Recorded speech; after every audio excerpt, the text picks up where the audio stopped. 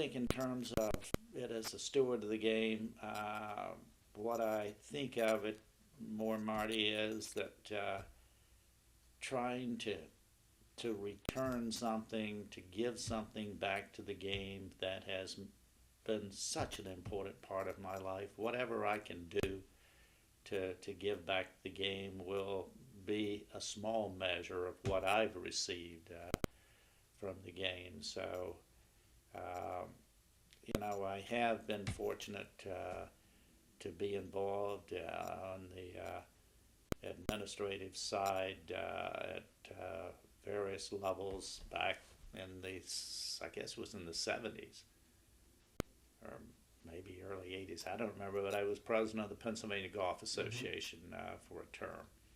And then I got very involved with the J. Wood Platt and was chairman of the Platt Scholarship Trust Fund. And then got involved with the USGA as a member of the executive committee, and then as a member of the board of directors of the PGA of America as one of the independent directors a term there. And for the last 12 years, I was also president of Huntington Valley Country Club in the 80s, mid 80s, and then in 1998 took over as president of Pine Valley, and that's when we built this home and moved here. And it's been just a great 12 years, Marty.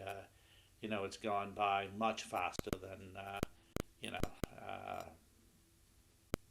I can imagine. It doesn't seem like it's been 12 years, but the calendar certainly says it has. But this is such a special place. It's obviously considered as one of the finest golf courses, not only in America but in the world. And we have a great staff. We have a rich heritage here. George Crump, the legacy he left for us that has provided so much pleasure to so many golfers over so many years. And as I said earlier, I happen to believe, and I have had the good fortune of playing golf at many of the highest ranked golf courses in the world, and I don't think there's any area that has more quality golf courses than we have in the Philadelphia area. And you, based on the rankings, you would say Pine Valley and Marion are at the top of the list. But you can go down and just list a myriad of golf courses that, if they were not in Philadelphia, would be one or two in most areas. We're just blessed with what I think is just golfers' haven and here, and certainly Pine Valley has been a big part of my life, and especially the last 12 years. But I am proud of what we've been able to do here, Marty. The game, as I said earlier, there's no question the game has changed, and change is part of life, and we have to recognize that. But when I took over, all golf here was played from one set of tees, and today we have four sets of tees, and we've gone both ways. We have added back tees to preserve the integrity of the shot-making values that were intended by George Crump when he designed the golf course. But what I believe to be an opportunity to grow the game of golf, people are taking care of themselves physically and enjoying the game much later in life. Our medical, facilities are far superior. So you have people in their 80s that still enjoy playing golf. And so what we have done is we've and Tom Fazio has really been the fellow that has designed these tees, but we've added a multitude of short tees here, so that some of our older seniors that have lost distance can still enjoy playing the golf course. We're adding another one this year.